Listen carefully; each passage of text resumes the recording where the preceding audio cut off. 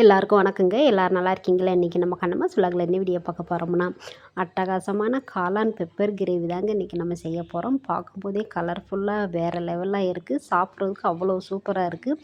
சாப்பாடு, இட்லி, தோசை எல்லாத்துக்குமே நல்லாயிருக்கும். சப்பாத்திக்கு இதே போல் நீங்களும் செஞ்சு சாப்பிட்டு பாருங்கள். இப்போ நல்லெண்ணெய் ஒரு 4 ஸ்பூன் சேர்த்துருக்கேங்க. எண்ணெய் காயவும் பெரிய வெங்காயம் ஒரு 3 பெரிய வெங்காயம் கட் பண்ணி அதையும் சேர்த்துக்கலாம். பொடிசாக கட் பண்ணி நல்லா எண்ணெயில் வதங்கும் போது தான் நல்லாயிருக்கும் இந்த கிரேவி. நல்லா வதக்கிடலாங்க. லோ ஃப்ளேம்லேயே வச்சு நம்ம அப்படியே நல்லா வெங்காயம் நல்லா வதங்கட்டும். இஞ்சி பூண்டு கொஞ்சம் ஓரளவு வதங்கவும் இஞ்சி பூண்டு தட்டி வச்சதை ஒரு 4 பல் பூண்டு, ஒரு துண்டு இஞ்சி உரல் இடித்து வச்சதை அதையும் சேர்த்து நம்ம நல்லா வதக்கிடலாங்க. பேஸ்ட் இருந்தால் கூட நீங்கள் பேஸ்ட் சேர்த்துக்கலாம். நல்லா அந்த பச்சை வாசம் போகவும் தக்காளி ஒரு நார்மல் சைஸு 2 பழம் கட் பண்ணி வச்சதை அதையுமே சேர்த்து நம்ம வதக்கிடலாம். உப்பு தேவையான அளவு சேர்த்துக்கறலாங்க. பத்தலைன்னா அதுக்கப்புறமா பார்த்துட்டு நீங்கள் சேர்த்துக்கங்க. நான் போட்டதே கரெக்டாக அளவாக இருந்துச்சு. மஞ்சத்தூள் கொஞ்சம் சேர்த்துக்கலாம். மஞ்சத்தூள் உப்புலாம் சேர்க்கும்போது சீக்கிரமாக அந்த தக்காளியெல்லாம் வதங்கும். இப்போ நல்லா வதங்கிருச்சு. கருவேப்பிலை ஒரு கொத்து சேர்த்துக்கறலாங்க. நல்லா வாசமாக இருக்கும். இந்த மாதிரி நல்லா வெங்காயம் தக்காளி வதங்கினா தாங்க நல்லாயிருக்கும் அந்த கிரேவி.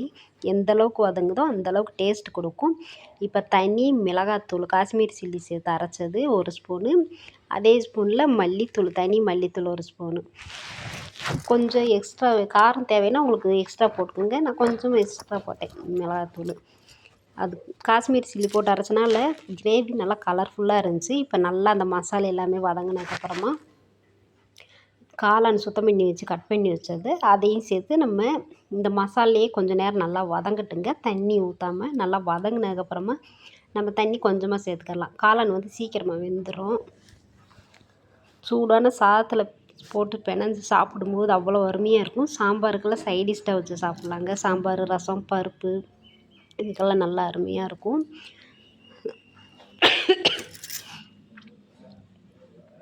இப்போ வதங்கினதுக்கப்புறமா தண்ணி கொஞ்சம் சேர்த்துக்கரலாம். தண்ணி ரொம்ப சேர்க்காதீங்க. அளவாக சேர்த்து நம்ம வேக விட்டுக்கரலாம். லோ ஃப்ளேம்லேயே ஒரு 10 நிமிஷம் வெந்தாலே போதுங்க. சீக்கிரமாக ரெடி ஆயிரும். இப்போ நல்லா வேகட்டும். இறக்க போகிறதுக்கு முன்னாடி பெப்பர் தூளும் சோம்பு தூள் சேர்க்கணுங்க. இப்போ நல்லா பாருங்கள் கிரேவி அருமையாக ரெடி ஆகிக்கிட்டு இருக்கு.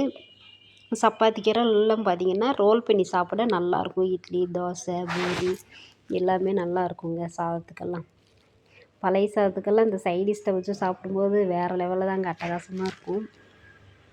நல்லா எண்ணெய் பிரிஞ்சு வந்து நல்லா ரெடி ஆயிடுச்சு. இன்னும் உங்களுக்கு ட்ரையாக வேணும்னா கூட இந்த தண்ணியெல்லாம் வற்றுற மாதிரி நீங்கள் செஞ்சுக்க. நான் கொஞ்சம் பிணைஞ்சு சாப்பிட்ற மாதிரி கொஞ்சம் வச்சேன். கிரேவி மாதிரி இருக்கட்டுமேனு. இறக்க போகிறதுக்கு முன்னாடி தான் இந்த பெப்பர் தூள் எல்லாமே சேர்க்கணும். இப்போ 1 ஸ்பூன் மிளகு, 1 ஸ்பூன் பார்த்திங்கன்னா சோம்பு அதை பவுட்ரு பண்ணி வச்சது சேர்த்துக்கலாங்க. இந்த பெப்பர் தூளும் பார்த்திங்கன்னா இந்த சோம்பு தூள் தாங்க இந்த கிரேவிக்கு அல்டிமேட்டே. அந்தளவுக்கு அருமையாக இருந்துச்சு. இறக்குறதுக்கு முன்னாடி கொத்தமல்லி தழையை போட்டு இறக்கிடலாங்க.